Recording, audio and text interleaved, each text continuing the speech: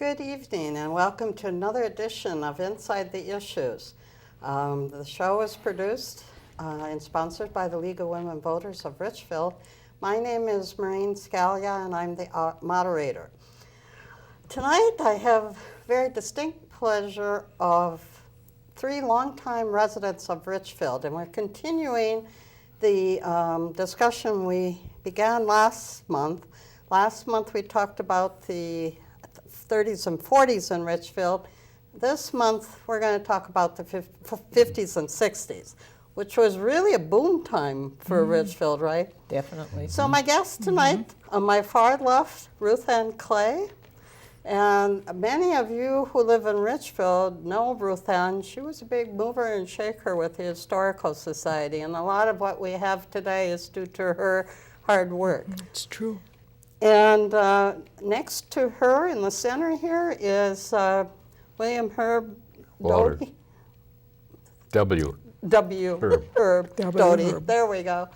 And Herb, you were on our program last month, so we're just going to continue with the history of Richfield. Glad you could make it again. Thank you. And then on my immediate left is Gertrude Ulrich, who's been part of Richfield for a long time. Your husband had a dental, and you raised a few kids, and then you started running for office, and you did a bit of that also. And so welcome to the show. Okay, now let's begin with each of you kind of talking a few words about each of you, yourself, and maybe also in that statement is why you ended up in Richfield. So Ruth Ann, Okay. you're the young one here. I am. Okay. My name again is Ruth Ann Clay, and my parents moved out to Richfield in 1950. I think they actually bought their house in 49, but we moved in 50. I was in kindergarten, going to school in Minneapolis, Douglas School, and it was very interesting because I got up that morning and went to school, and I can't tell you who picked me up at school, either my mother or my grandparents, and I never went back to our apartment. And I was kind of surprised, and we ended up in this beautiful house in Richfield, and it was big. We had a living room, dining room, 2 bedrooms. We all didn't have to sleep in the same room. No grass, yard full of mud, lots of trees. And it was a very different experience. And I've lived in Richfield all my life, practically, except for the first 3 years I was married. And my husband and I moved back here in '67 to raise our family. Okay. So Herb, how did you end up here? Well, I came back from the Army in '46 and went back to work at the gas company as a service mechanic. And the gas company had a propane station out on 61st and Pleasant, and they were going to build a service garage there and all. And so I wanted a place where I could kind of walk to work if I needed to. And I got married in 1949 and got to looking around, and Town's Edge was just being developed at that time. And I saw a nice house I wanted, and so I put $100 down on the trunk to Mr. Madsen, and he would build a house for us there on 63rd and Stevens. And Marge and I moved in there in 1949 and watched the city grow from there. We were the last house in the block when we moved in the spring of '49. And I did walk to work. After I made supervisor, I had a company car and used to leave it at the garage. I was assigned over on 61st for a while. And I left the car there and walked home, and the guys used to really give me the business about leaving the car there when you got a free car. Well, I'm still here for walking. Most of those guys are now gone. Yep. Okay, Gertrude, now you. Okay, well, I grew up down in the extreme southwest corner of the state near Worthington. And my parents were both graduates of the University of Minnesota, so they sent all 5 of their children to the University of Minnesota, where, interesting experience, there were 15 in my graduating class. That is 1-5. And when I got to Richfield, of course, getting acquainted with people, it seemed like everybody in Richfield had just simply moved a little bit south. They'd graduated from the from Central, Washburn. Yep. What was the other big one? Roosevelt. Roosevelt. They'd all, okay, so then they'd say, oh, you know, there were 600 graduating, 700, 800, and I would be real quiet thinking maybe they would forget me. No, finally someone would say, and you? And I said, 15. And they said, 50 is not a very big class. And I said, well, it was 15. So I got to the University of Minnesota just when all the GIs were coming back. Oh. So I went from a class of 8 kids, 10 kids, to classes of 1,000. And I loved it. I thought it was fantastic. For one thing, my parents were quite prominent in the community. So everybody knew the Willems girls. And when I was at the university, nobody knew me. And that was freedom. I've never been so free in my life as that first day I walked out on the university campus and no one knew me. That is freedom. Okay, so anyway, I met my husband there, of course, and when he graduated from the dental college, we started looking around for a dental practice, and there were some in Circle Pines, some of those northern suburbs that he looked at and he wasn't too happy with. Then when we finally got to Richfield, there was a dentist who was looking for someone to take over his practice because this dentist was in the service and he was being transferred. But he had this private practice in addition to being in the Army. And my husband liked that, so that was the practice that he settled on. And that's how come we came to Richfield. Okay, then for each of you, Ruth Ann, so you pulled out of school and you're taken to this house, and where did you go to school? Oh, well, that was kind of interesting because we moved in, our address was 212 East 66, so we were between 2nd and 3rd Avenue. Okay. And when I moved here, I went to Wood Lake, and we went into the old, I don't know if you guys probably remember, the old white school buildings. And bless her heart, I had a teacher that just did not like left-handed children. Oh. And that was at a time when you were left-handed, there was something radically wrong with you. And so she would follow me, watch me in the room, and so every time I take my left hand, she could be clear across the room, but she'd see me, and she'd come over with a ruler and she'd whack my hand. Oh. So I learned to write with my left hand, but make all the right hand motions. And then I went to 2nd grade in Wood Lake. And at that time, Richfield kept changing the boundaries. So that year, the boundary was Portland, so we went to Wood Lake. 3rd grade, they changed the boundary to Nicollet, so then I went over to East School, and I spent 2 years there. And I was over there when polio was really becoming the thing. And that was really hard because I saw a lot of my friends be in school one day and not the next. And then they changed the boundaries again. So I went to 5th and 6th grade back at Wood Lake. And then when we didn't have a junior high at the time when I was ready to go into 7th grade. So I spent 7th grade at the high school. And then 8th grade, I was able to go to the junior high. And then, of course, 9th grade. And then 10th grade, I was over at the high school and graduated in 1962. Okay. Yeah, because the high school was finished in about 54, 50. Somewhere in there, I think. Yeah, 55.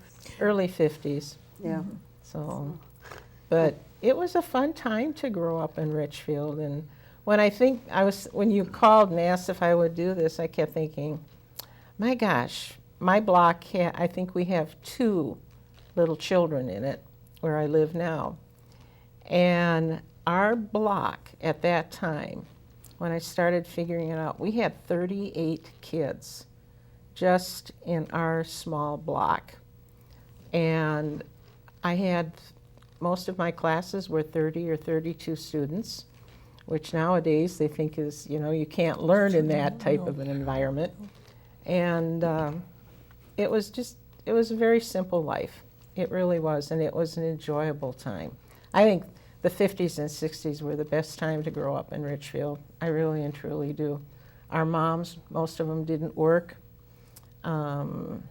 We had all sorts of events for kids. Do you guys remember barbecue days Oh, yes. over at Wood Okay. Lake? Oh, Or yes. Wood Lake? Tell us about barbecue days. I think it was the forerunner of 4th of July, don't you?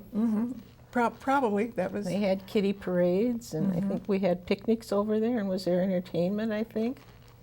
And it was it was great, Families and neighborhoods did all sorts of things together. You knew your neighbors. If a new neighbor moved in, you went and greeted them. And you don't find that now. Herb, was that your experience? Were there kids? Very much so. We were in the middle of the block. Our block was 2 blocks long, Stevens Avenue. Believe it or not, there were 78 kids in that block. Oh my Yeah. goodness. And we knew the neighbors. In fact, one of the interesting things was we had a war bride, Mrs. Moldy, was from Ireland. And Marge, they were coffeeing together down there, and they were building a sewer over on Nicollet Avenue, and the contractor pulled the gas line, and the house went whoomp. And so Muriel says, "Go see what Jeff did."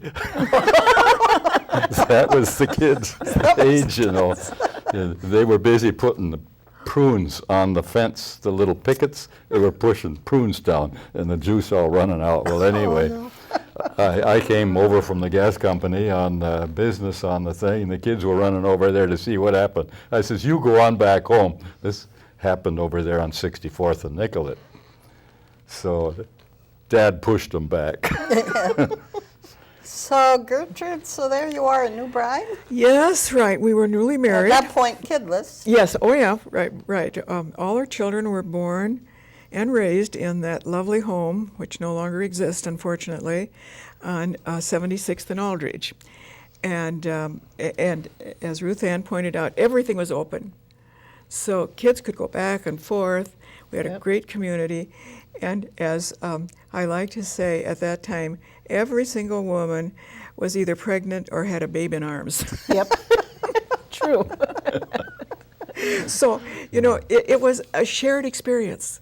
Everybody raised This kids. is right. Yep. This If you did something wrong in Oh, yes. Mrs. So-and-so's Yes. house, you You- got punished just like you did in your own. We always Yeah, wondered yeah. how my mom knew if we did something at the end of the block. By the time we got home, she knew what we had done. Yes. And she always used to say, "Well, it's because I have eyes in the back of my head and I can see all over." And But it really was communication between the moms. it was. I mean, everybody watched everybody else's kids. My brother, for instance, when we moved into the house, was 2.5, and for some reason he liked our one neighbor's house because they were the only ones in the block that didn't have children. Oh. And they had all these beautiful flowers. And my brother just thought that was so wonderful. He'd go over there and pick her flowers and bring them home to my mom. And Jeanette never said a word about it, or Raleigh's, that's okay, Philip. Just let us know when you're taking the flowers.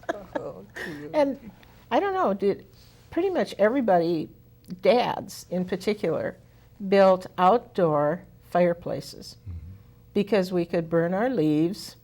And so part was for burning garbage and leaves, and the other side was for barbecues. And I can remember because our yard was the widest one, so we'd have, like neighborhood watch today, we would have the neighborhood picnic up in our block. And I'm sure, like you, the mothers and wives got together, like you said, for coffee in the morning and discussed all the things. And it always amazed me. My mother could look just, in her grubby shorts in the morning and the afternoon. And boy, 4 o'clock when she knew my dad was coming home, it was run, put on a dress, make sure supper was ready, comb her hair, put makeup on. And I don't know. I mean, a lot of women apparently in that time period did that. Interesting. Did you, Gertrude?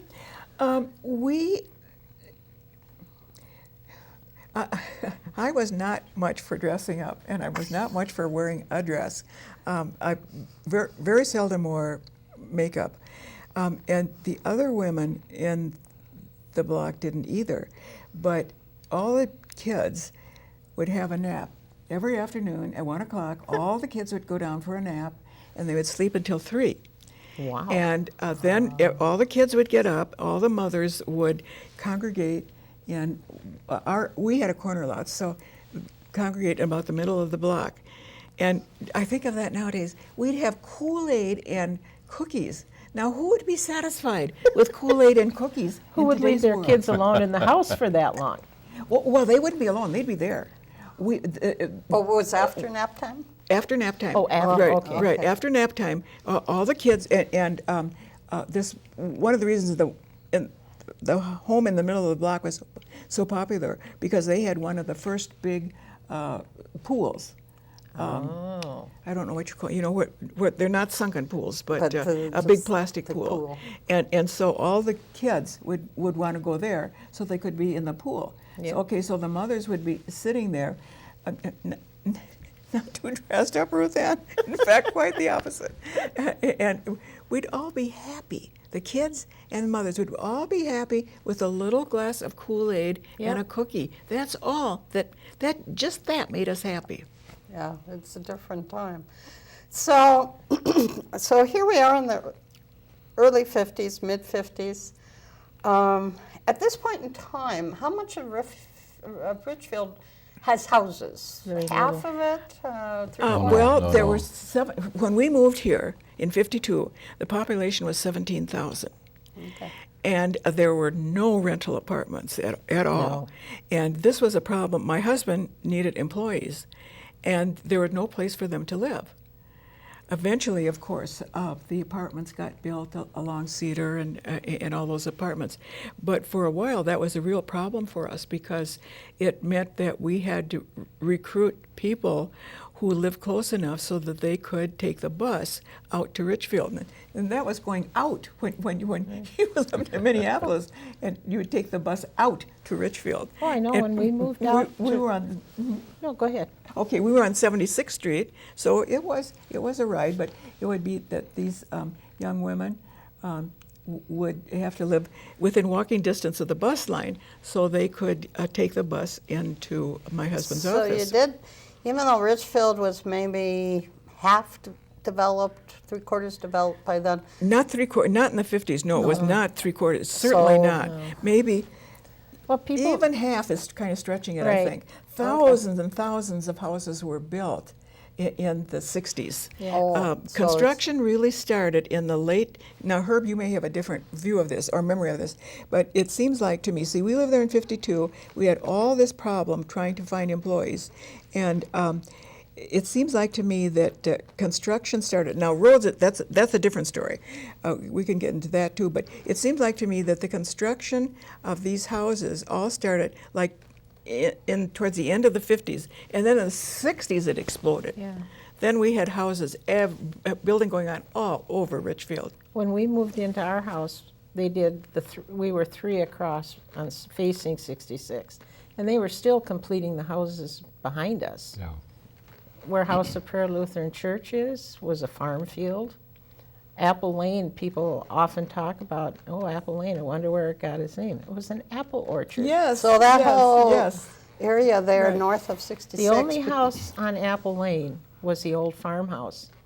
And we used to play there. My girlfriend lived there, and it was a wonderful house to play for. And the old farmhouse was still out in the apple orchard.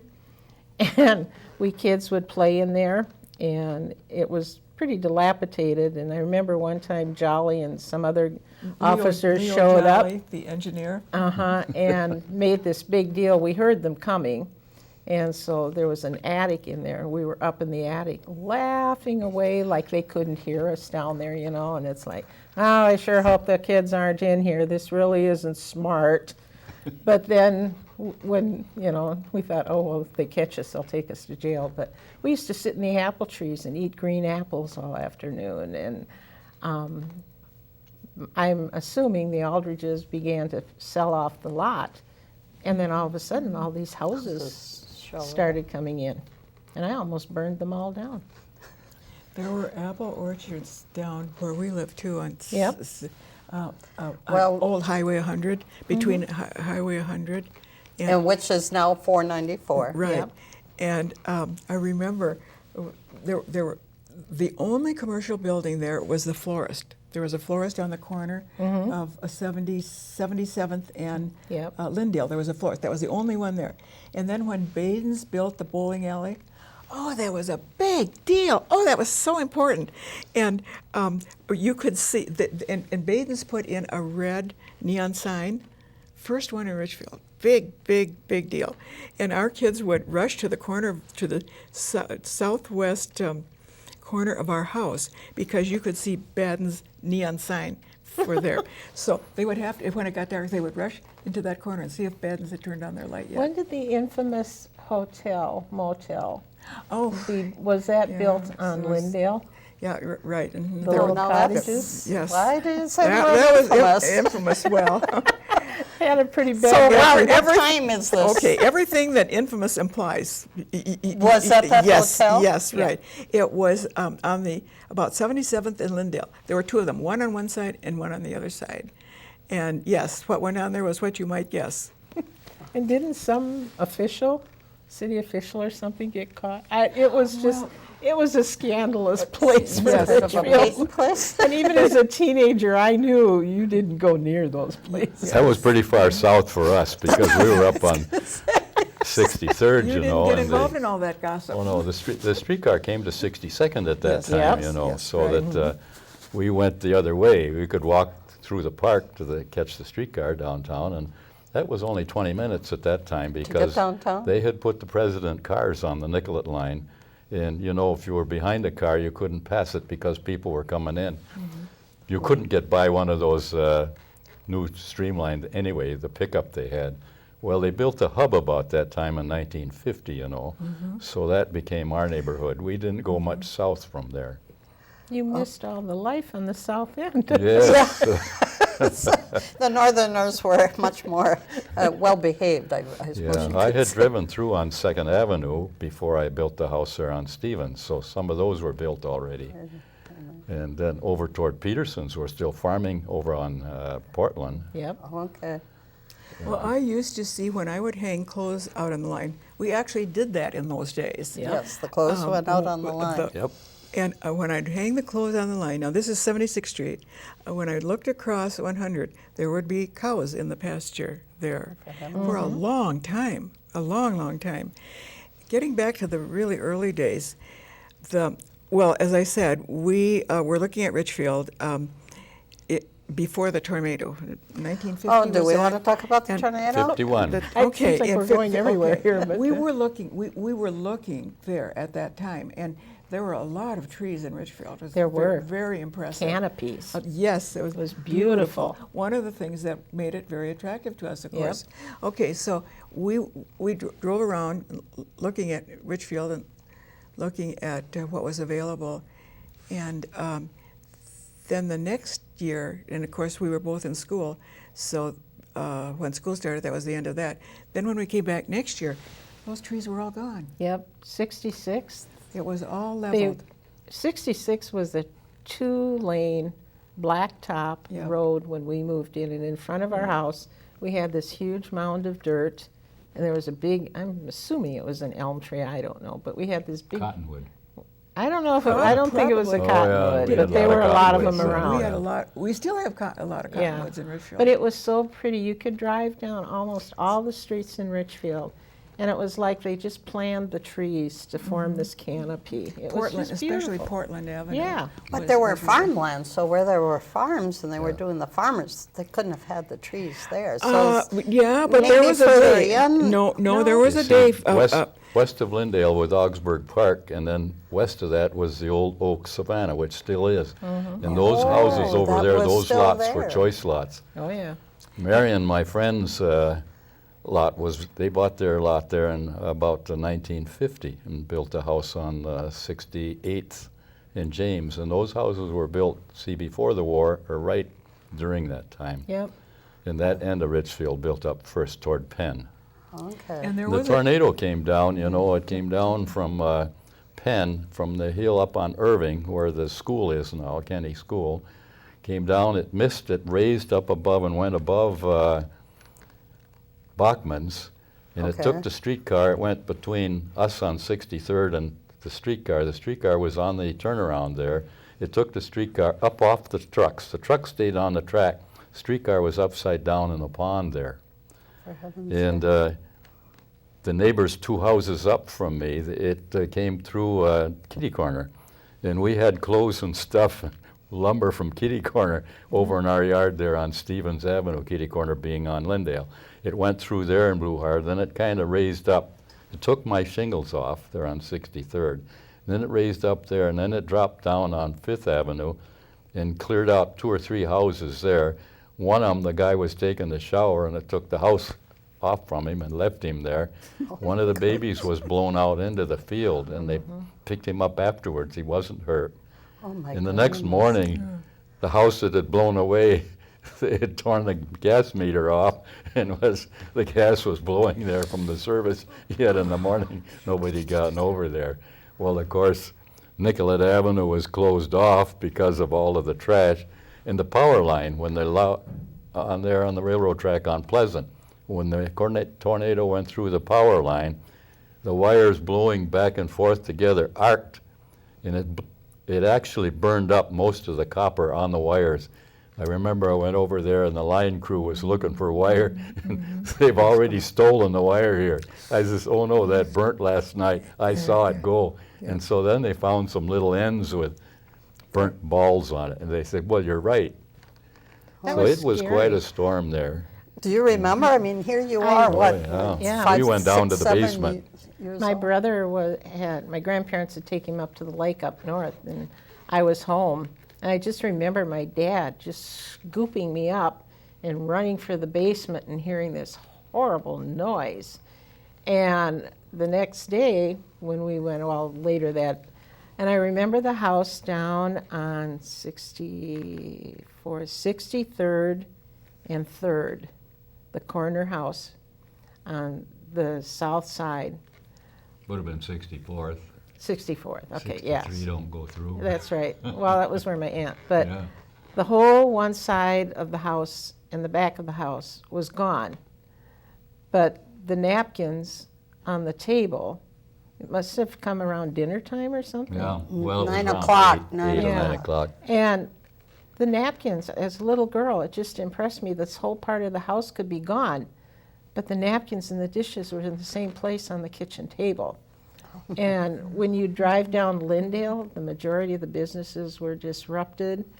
And Red Cross would come on. And I remember my dad being so upset because they were saying how they were furnishing water to the residents of Richfield. Well, they were, but we had to pay for it.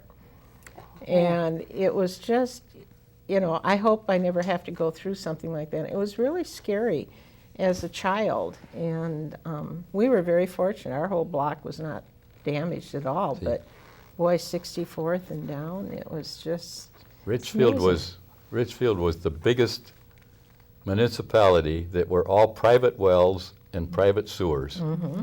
And of course, they were electric pumps. Yep. And the power was off for about 3 days over on beyond where the freeway, west of the freeway, that was out in there a long time because the trees were there. We were back on within a day there on Stevens. And so we had water, and my wife's cousin lived over on 63rd and Irving, so they could come over and Right. take a bath and all. And of course, you didn't have any water to flush the toilet either with the pump gone. Oh my goodness. So that was quite a problem there on it. I can remember. Do you remember Axel and his dog? Yeah. Of the course, TV of show. course, So yes. Axel and his dog, And yes. I used to watch that, and one of his promotions was if you sold so many of some junk he was pushing, you could get a free camera.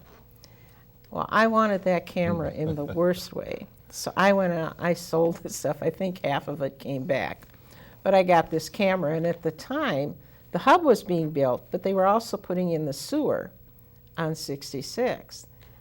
Well, to me, that was right out my front yard, so I'd go out and take pictures. Well, it turned out to be a pinhole camera. So all I get is this one little spot. Oh, but, you know, that was a big deal. We had fun. I was really into movie stars, and the couple next door were the Dolls. And they informed us one day that his sister was coming to visit. Well, big deal. Well, it turned out to be the actress and movie star, Arlene Dahl. Oh. And I was so excited to think that here we had an actress coming from Hollywood. And I was just so excited because she had red hair. There were only two of us in the block, myself and my girlfriend Patricia, who had red hair. And all of a sudden, here comes this actress with her red hair. So I thought that was fun to be able to spend a whole week being able to see her next door. Well, There's the whole- one thing I would like to say about farms, Maureen. There was a time when farmers planted trees along the edge of their property, and we called them shelter belts. Oh, that's what It was very frowned on to do what farmers do today, to plant hedgerow to hedgerow, as they say. No, that was wrong. You left a belt Belt with the that trees. would of trees, not only for aesthetic reasons, but because that was a protection against. And where I lived, that was Tornado Snow fence. Alley. They would all Natural snow fence. Right. It would all Yep. come. It would all come right. And when they used to read school closing, it was always that area: Heron Lake, Fulda, Wyndham. Those were the schools that were closed. And so it was. And then it was a lovely place to picnic. It was great for the farmers. For farmers who were hunters. And, Yep. and that's one of the reasons they liked that, because the pheasants, they sheltered pheasants there. Okay, getting back to other important incidents. Yeah, I was gonna ask The about- first of, the tornado, of course, was big, but also really big, especially where we lived, was the killing of Fred Babcock. Yep. That was on the corner where we lived, on 76. We lived on 76 in Aldridge. wasn't that in 49 or? Yeah, it was just before, a couple of years before. And of course, Richfield being a small town, that was still really big news when we moved there. Those were the two things: the tornado and the killing of the Fred Babcock. We're going to have a special exhibit on the Fred Babcock Yes. thing at the Historic History Center right. this Oh, summer. Good. Yeah, that was a huge Well, event. there's a couple of things I want to talk about. Basic cities provide, at least now, and streets, water, sewer, and that kind of thing. Now, for many years in Richfield, it was pretty dusty and muddy. If yes, it rained, if yes. it wasn't raining, it was Yes. dusty. We Yes, went yes. for a special assessment on our block to get it oiled, to Get it control oiled. that dust. Oiled, right. Yes. We're not talking about a permanent asphalt. street. No. It was To get Lauren it Law. oiled to allay the dust. It was Lauren Law that spearheaded getting Yep. what we call permanent street surfacing, which was unfortunate that we had to use that word, because now people think, well, why do we have to have new streets? Didn't we go through the permanent street Right. surfacing? Well, nothing is permanent. They didn't go through gravel. But about when Right. were, I This would have assume been that in the early, when we went to the so-called permanent street surfacing. That was in the early 70s. Early Yes, 70s? yes. Up until that time, Oh, my it was goodness. always oiled. Yep. And poor Leo Jolly, who I have so much sympathy for, he would patiently try and explain to the city council members and whoever turned up for the public hearings that you could not continually plow up the layers of gravel, mix it with tar, with oil, back. and expect to have a decent road. Right. Eventually, that would not work. And he explained that over and over again. Well, the council was very reluctant to spending any money. But We Lauren didn't Law, have it then. well, yeah, right. We didn't have it because we wouldn't tax ourselves. But Lauren Law said, we will have permanent street surfacing. But that And by wasn't God, until we the did. 70s. That was in 70 and 72 that those were built. Originally, with the we had graders, road maintainers, Yes. and they Yes. were a blade with Like a the side wing snowplows. on the thing. Yeah, well, I grew up with that in the country during Richfield, the Yes, yes. Richfield, with all of those blades in the summertime, had those available to plow the snow. So they put a big Yep. blade on the side. So you'd come down the street one side and go around the corner and around the corner. They had a good system. They didn't leave any ridges and come down the street on the other side. So 2 trips through the street was plowed curb to curb. Yep, they still Well, do that. they had a big survey to find out how to do it cheaper and all, so they said get rid of those graders and put plows on the trucks. Well, now a truck doesn't plow as well as that. Oh, The graders no. did a job right down to the bottom, each time. And so the snow plowing got worse, but Richfield still is an excellence in the street cleaning in the winter. They Oh, are. yeah. They're one of the first. We went through a lot to get to the point where we began to understand how important it was to have a good roadway system. And when we moved here in '52, 76th Street was dead end at both ends.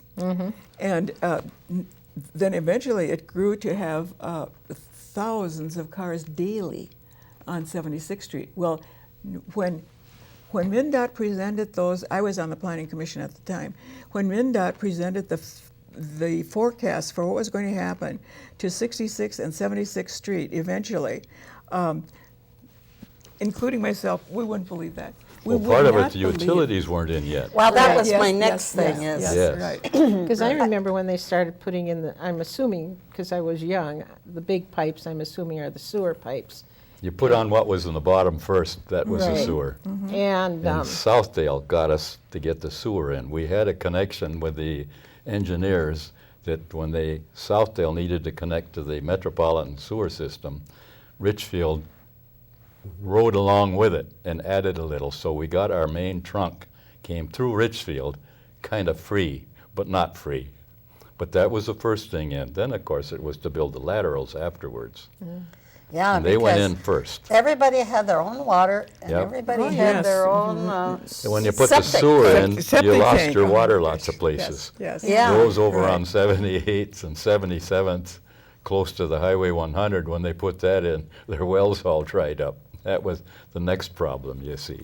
Well, And then some of the wells were beginning to get contaminated by the septic. Oh, yes, people, oh, once yes. the That- water went in, the only thing my parents used the well for was to water the yard. Water the yards, and that's the what. plants. I that- mean, you didn't. Right, right. I always been wondered because our block kind of had a dip in the middle. Yes, that's what I In was. the I was backyard? just going to Yeah, talk about and- that. It used to flood Yes. every winter. Oh, yeah, the first couple winters, the spring, the fire department was out pumping ponds to And- keep it out of the basements. I remember my brother, he was down playing with a friend, and my mom sent me down to get him. And I tried to tell him, don't walk out there. Well, he did. And he sunk down over his knees, and I was scared to go get him. And one of the neighbors down the block, the young boy, came out and went in and got him and brought him up to my house. And of course, my mom's looking at me. I told you not to let him go. Mom, I can't stop him, But it doesn't do it now, but I don't know why. Oh, no, we If put it's- in If it's, is storm that, sewers. No, we put but- storm sewers in but afterwards. would that affect the middle of the block? Oh, yes, Inside? absolutely. You can still, to this day, if you walk along the older parts of Richfield, you can see, if you're attentive to that, you can see there's still a little dip. Yeah. Still a little dips and a year ago, I decided I was going to have a new flower bed in the backyard. And so I dug it up, and I came across this cast iron like this, big thing like this. And I thought, what in heaven's name can this be? Well, I have all these engineering kids, and they said, Mom, that was a connection to the well. Oh my gosh. That was a pipe. That was a sink. It was like this, so big around, cast iron, very heavy, and so it was a connection that allowed water to come up from that pond up into the pump. I'm going to change our, Yeah, I was going to say. because one of the things as a youngster I remember, and I don't know if they did it on Lindale and Penn, but one of the things the stores on Nicollet did on Halloween is they would give out all these really cool things Like you could go to the dairy store and you'd get a double scoop ice cream free. You'd go to the Richfield Theater and you'd get a free pass. And you'd go to the National Tea Store and they'd give you a big candy bar. So the first thing kids did in our area is run up there because you wanted to make sure you get those. And then you would go to your neighborhood and get your popcorn and stuff. But one of the things they did, and maybe Herb can help me too because you were in the area, I'm thinking it was Halloween and Christmas. The stores would have a contest and kids could come in and paint their windows. And then they would have, judges would come by and the kids that did those windows would get a prize of some sort. I don't remember what it was.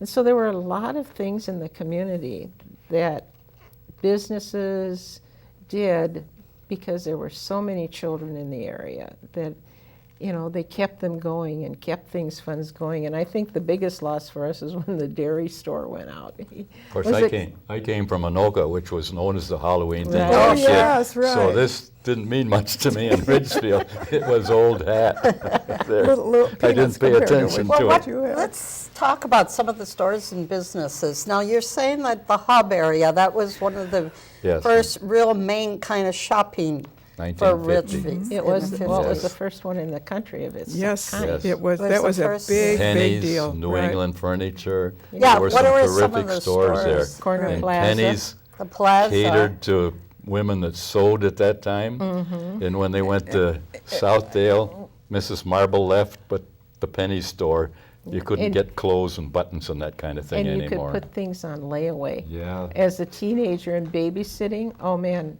kids, you could babysit for your life out in Richfield. And it would be so exciting because I'd take my babysitting money, run over to Penny's and maybe buy a sweater, but I'd have to put it on layaway.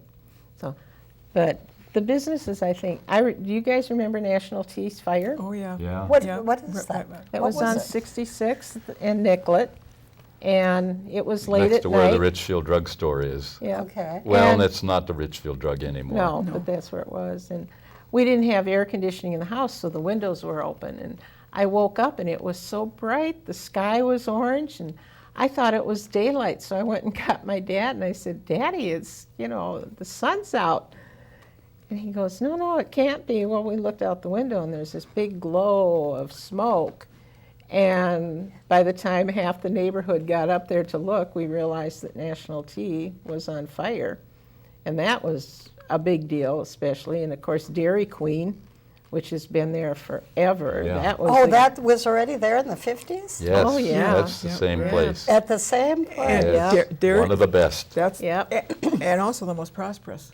Yep. Right across from Holy Angels, those people make a mint. And Still, that still, was the still other do. thing when we The moved dairy out store here. quit because the Holy Angels, they had a counter in there, and the Right. kids from Holy Angels caused so much problems that they quit. And then Johnson, when he had the pharmacy across the street, also had a Lunchroom or a cafeteria. lunch counter, and he got rid of that because they came over there when the Dairy Queen closed up.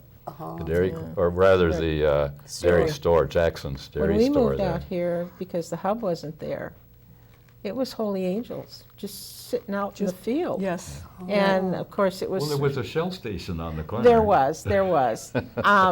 But it was a girls' school. Leaf. Boarding school. Leaf Holder, Yeah, one of the. Oh, he ran the Richfield Bus Company. right. Oh, Yeah, no, George no, Holder. I'm thinking of George Holder ran The the bus company. But Leaf had that filling station right on the corner. He was there forever and ever and ever. Do you remember when you could go in and your prize for buying so much gas, you'd get like a jelly dish or Yes. glass oh, or something? yes, right.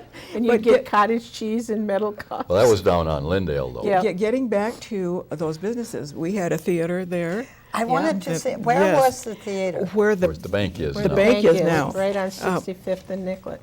Okay, 65th with and with the Nicollet. big canopy. Yeah. That was the theater. And So for- when did that go in? Was The it? theater was, oh boy. as part of the hub, That, So in the no, early it was, 50s. No. right. Was it before that? Oh, yes, long it was. before the hub. It was there when we moved out here. It I was, know. it's certainly Oh, there so when that we went moved up here. in the 40s even, maybe. Probably, yeah. Okay, so that was kind of standing there by itself And then. from what I understand. No, Jackson Dairy Store was next to it. Oh, yeah, okay. And then on the north side of that was Nelson's Driveway. Nelson's, drive-in, yes. With their wonderful strawberry. Yes, yes. Now, that was That another was business north. I was going to bring up, Yeah. was Nelson's. South of it was a bakery. There was a bakery in there. there was a bakery there. A home bakery with excellent bread. They made a graham bread that's out of this world. Yep, right. And Corner Plaza, you used to be able to go in there and see Santa Claus. Oh, it was Corner He was Plaza, the best yes. Santa Claus. Well, so right now, we've got businesses, well, close to Nicollet, and then it goes all the way down to The railroad Wood tracks. Lake, almost to where 35 is now, where would have been the Wooddale School, right? Wood Right, Lake right. School. Was that all business? 66th Yeah. Street was all little shops and Yes. stores? Well, it was scattered. You know, Yeah. it's what city planners hate. There was Nelson's this- Drugstore was on 66 and Lindale, was one of the best ones. Then Erickson had a grocery store next to him, and then the Kitty Corner In was fact, in the there. the And then you VFW. Go around next to Nelson's was the shrimp boat, was a little Oh, I forgot lunch about counter that. in there. A shrimp boat. I take it was a fish restaurant? Well, shrimp, and it was a grill. Yeah. Wasn't and the a coffee stop. VFW located in somewhere between the theater Well, and Nelson's or behind it or something? it's where the clinic is now. Okay, that's The what I thought, VFW yeah. had a Quonset hut in there. I just That's remember right. taking dancing lessons there. Oh. That's right. And next to the shrimp boat was Pahokee, was the dentist in there. Oh, yeah, yes, a friend of And my then husband's. we get down to Dr. the Pahokee. phone Don't forget office. Warner Hardware. Well, Yeah. Warner was in the over corner. on Nicollet. Yeah, he But was behind what- Dairy well, Queen. It was not, Lindale see, was- it was not a solid development. No. No, Marie. no, it It was was just- scattered. It was here and here and here and here. And that's why I'm saying, you know, and that's what the League of Women Voters, that's why the league got into this. Do you want to get into that a little bit? Yeah, Or- we fast forwarding to the 60s. Okay. Are That's you ready? okay. Are you ready for that? Yeah, somebody called that said that it was like a checkerboard zoning because right. there were Right, no right. rules or regulations. Anybody could No. put pretty much anything Ju- where the Oh, city no, we council, had the city council that, wherever they wanted. well, they had permits. We were permitting system already by then. We had a permitting system. We certainly did not have a comprehensive plan. And this No. is what the League of Women Voters were so excited about. What the League of Women Voters hated is having, okay, a developer would come to the city council and have, you know, they always have all these nice, pretty photos and plans and present this to the council. And then it would be up to the council to decide. But there was no overall plan. And that's what the League of Women Voters was really interested in, is we have to quit this scattershot development. We have to have a plan to, because there were residents, also, Maureen, there were residents mixed up in all this. Yeah, You people- remember the McBrides, and you Yeah. remember what a big deal that was when McBrides tried to sell their house and had to have the zoning changed so that they couldn't get rid of that house because nobody wanted to live there. Well, Meet on I 66th read Street? somewhere that the big thing, there was a court case actually with Standard Oil Oh, yes, and we were 76. we Yeah, were they involved. turned We them were down. Now involved. that's give 'em a close to permit. where you live. We were involved in that, right. Yeah. What was that And all about? That was, well, what Standard Oil, when many years ago, a tavern, there was a tavern on the corner of 76th and Lindale. Yep. On the northwest corner, Mac's Tavern. Yep. And when we would come up from the farm country, when we hit Mac's Tavern, we would know that we were approaching the cities. But it was by itself. There was just that. Then there was the Wood Lake Grocery a little bit further up, and that was about it out along here. Well, Sandy's, of course, that was on Penn. Well, Sandy's was on oh yeah, Penn. Sandy's was. Well, been then we really forever. got Frenchies, and And Frenchies Frenchie is was still like there. Yeah, $19.33. that's a whole nother big story. But getting back to the Stand- problem of development.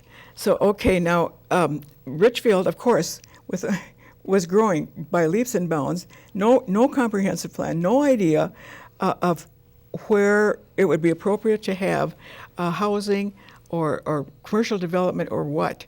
So the League of Women Voters got very excited about this.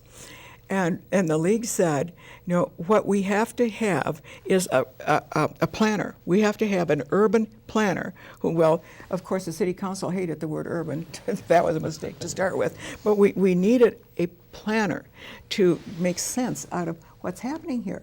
Because Richfield, of course, I said 17,000 population in 1952, growing by leaps and bounds, and we were projected to go up to 50,000.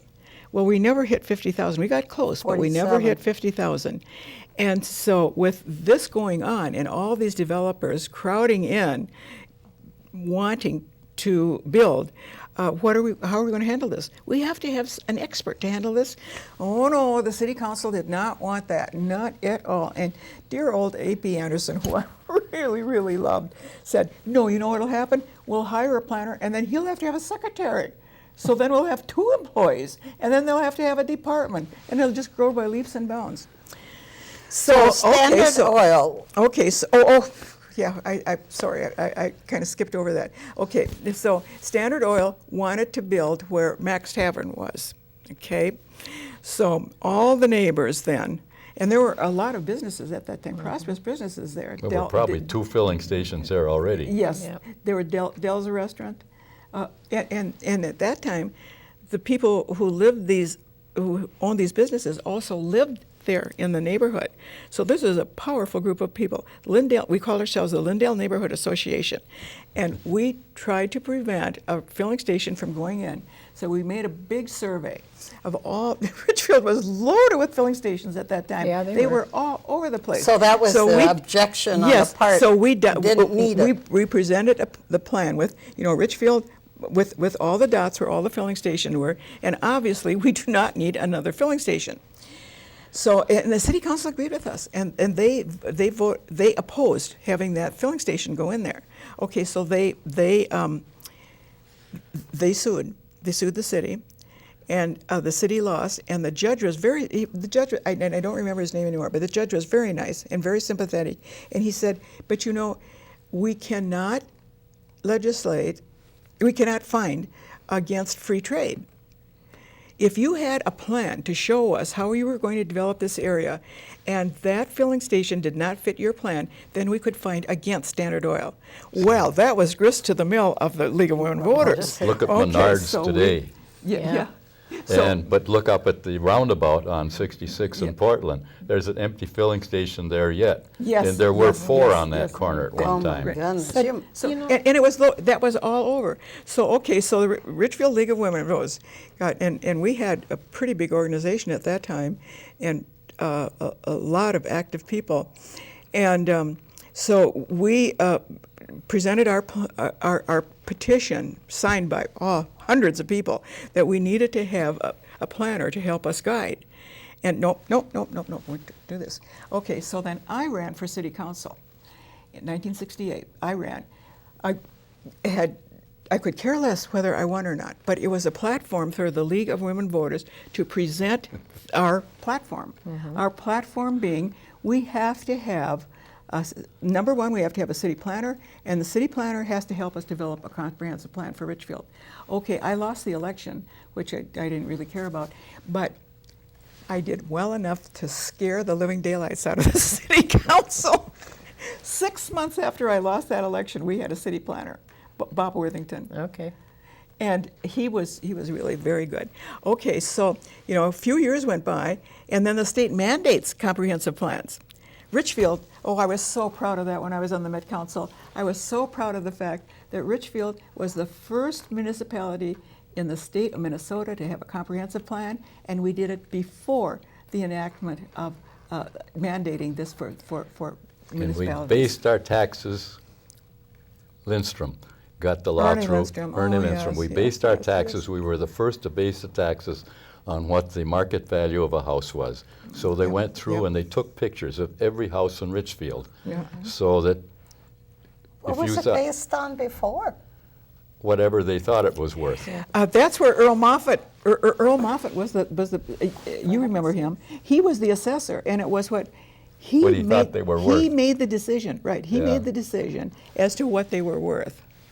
So Ernie got it to be uniform. Yes, and Ernie and And Earl the state Moffat. law, so even Yes. Minneapolis bases that now. Yeah. So Earl Moffat never forgave Ernie Lindstrom because that did Earl out of his job. But there's, first of all, the assessor's photos are all over at the Historical Yes, Society. historical. So When if they people built the are- new courthouse, Yes. they So if people wanted are to get rid of them. interested in what their houses looked like in the early 50s, almost all of the houses, not all of them, but most of them are there. The other Oh, thing that's that I always And they're found- on the computer and they're indexed. The other thing I always found interesting about Richfield is there was never a middle on anything. There was never a middle on the pool. There was never a middle on the, you were either for it or against it. And even as, a teenager, I could never figure out why nobody was in the middle. You were always for or against. And it seems, and it still happens. coming up. Okay. Yeah. And We have to wind this up. Well, we've got a minute yet. So from what I'm gathering from you all is that it was an incredibly exciting time to It live Oh, in. it was. It's always something going on, and It- the kids it was. always had something to do and plenty of friends to play with, which is very different than It what is. we have We were now. advanced and modern in ways. And Yeah, at we one were a point- democratic bunch. We argued, but we came to a conclusion Yeah. Yes, ordinarily, yes, with a yes. good conclusion. Yes. And, then, unlike in today's world, there was all the, I don't want to say fighting, arguing back and forth. Discussion. But once it was done, and done. everybody accepted it. yeah, and Best Buy was a big example of that too. yeah. And it's turned out to be a good thing for the community, so. And that's good because we certainly got boxed in the whole. Yeah. I mean, we have to stick together. We're small Well, like compared to when Minneapolis, Edina, and Bloomington. When Yeah. Crosstown started coming in and all those houses we lost, it was like we grew and then we shrunk and Now we're And we growing a keep little bit. shrinking, like the Cedar Yeah. Shopping Center. Yep. Well, we're almost at the end here. This has been, it went by so fast. it does, The time it went does, by it so does, fast. right. And I had pages of other things to talk about and we didn't get to. So we may have to do this again. I'm willing. me too. But anyway, so to my audience, again, Ruth Ann Clay, Herb Doty, and Gertrude Ulrich, thanks for spending some time with us tonight. We really appreciate it. Well, thank you for inviting us. It's been Yeah, fun. it was fun. It And was somebody fun. who It's been- didn't get here until the mid-'70s, this is just all very fascinating to me. And I want to remind the audience, too, that we've got such a little gem in our Historical Society. We do. And it's open on Wednesday afternoons. and Wednesdays and Saturdays from noon to 4. Okay, Wednesdays and Saturdays. Yep. So, okay. Well, thank you for watching Inside the Issues, and good night.